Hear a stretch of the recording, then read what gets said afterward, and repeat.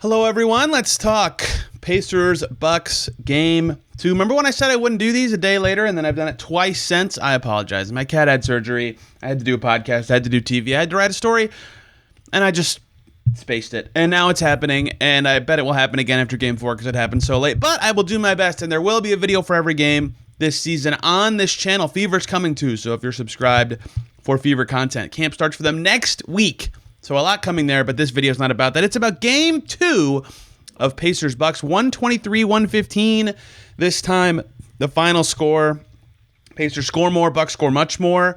And I think there's some interesting things to walk away from this game, talking about between Damian Lillard's return, between Tyrese Haliburton playing much better, between a lot of guys on the Pacers really having more effective nights. There's a lot of stories you could take from this game as the thing, right? That was why the Pacers won.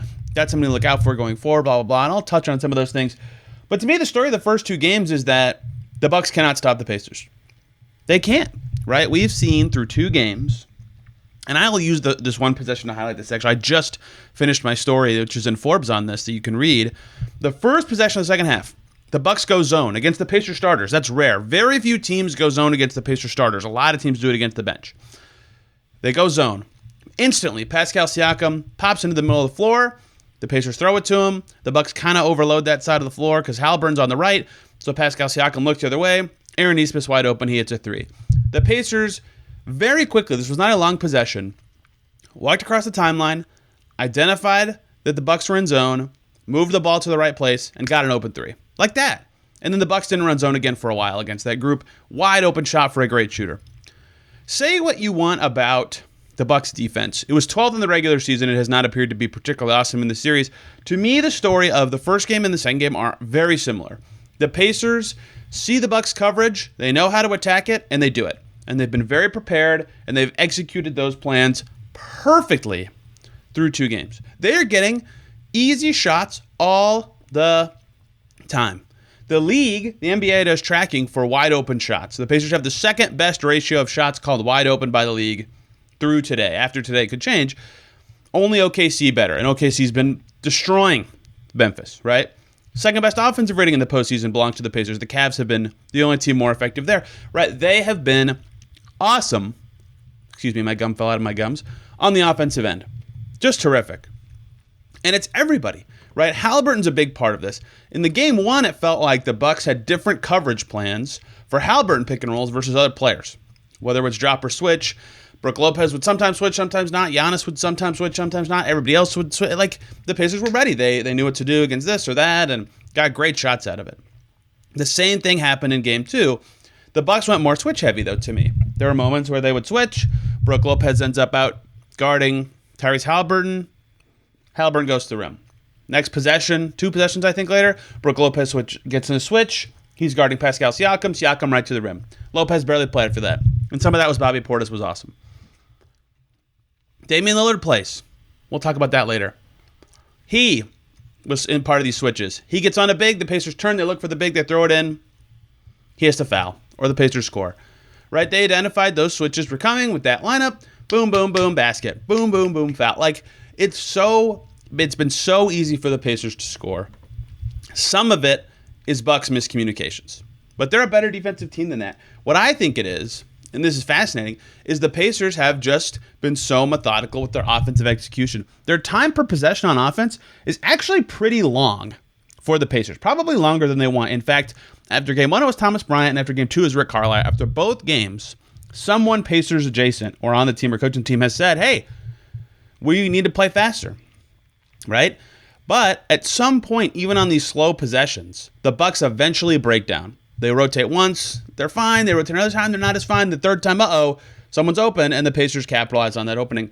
And they've been very, very good at that through 2 games. And they were once again great at it in game 2. They shot 49%. They made 44% of their threes. They made every free throw. That's not a shot diet thing, but it's still a good thing to have happen.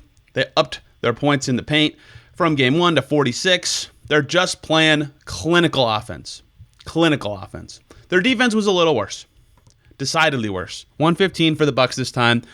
Giannis with 34 points on 70%. Carlisle, after every game, has said they're going to have to defend him better. It's very hard to do. Their shooters got more open. Taurean Prince hits 2 of 3. Brook Lopez hits half of his. Bobby Portis goes 6 for 11. Kevin Porter Jr. hit half of his, although his 3 was a very tough end-of-quarter buzzer beater. Right? They didn't get A.J. Green going. Gary Trent was 1 for 3, but in general, a better shooting night for the Bucks. 40%. They'll take that, right? So they played better on offense. The Pacers had some miscues. The way they're guarding Giannis means they're going to have some miscues. Guards run at him and then get away. Bigs are sometimes switching, sometimes doubling, sometimes tripling. A lot is going on. And that means someone's going to get open. Bobby Portis was open a lot, and a lot of people said, why aren't they guarding him? Well, sometimes it's like by design, right? They have to not guard somebody to guard Giannis with that many players. Bobby Portis was awesome, to his credit. 28 points for Portis in this game, but it wasn't quite enough offense from the Bucks, and it was a flurry that got this close. The Pacers were up 15, maybe 13. It was 113 or 115 to 100. Pretty late in this game. 115-100 with 5 minutes and 26 seconds to go. Then a 13-0 run for the Bucks across the next 3 minutes before finally the Pacers got too huge and very open in one of the cases threes from Pascal Siakam and Andrew Nembhard. So I think the Pacers have some defensive things to work on. They talked about that after game one. They've got to be better getting out to shooters. I think they were a little bit worse at that in game two. Right, the Bucks were more as they hoped to be decisive. Like they had better shot quality themselves, but they had too many turnovers. They were just a little too clunky and slow at times. And Damian Lillard returned. I'm very glad that he's okay after a scary blood clot. I'm glad he can play. It adds juice to the series. His defense wasn't additive enough to offset not being really good on offense. He was 14 points on 4 for 13 from the field. He missed 6 threes, 7 assists, 2 turnovers. Damian Lillard's not bad. In fact, just him existing was a big upgrade over Ryan Rollins.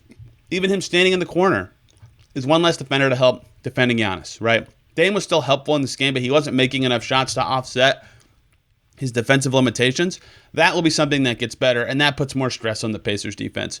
The Pacers did win. Their offense has been awesome. And if it keeps generating those good shots, they have a great chance. They need to win 2 of the next 5, and they have 2 of them at home to now win the series.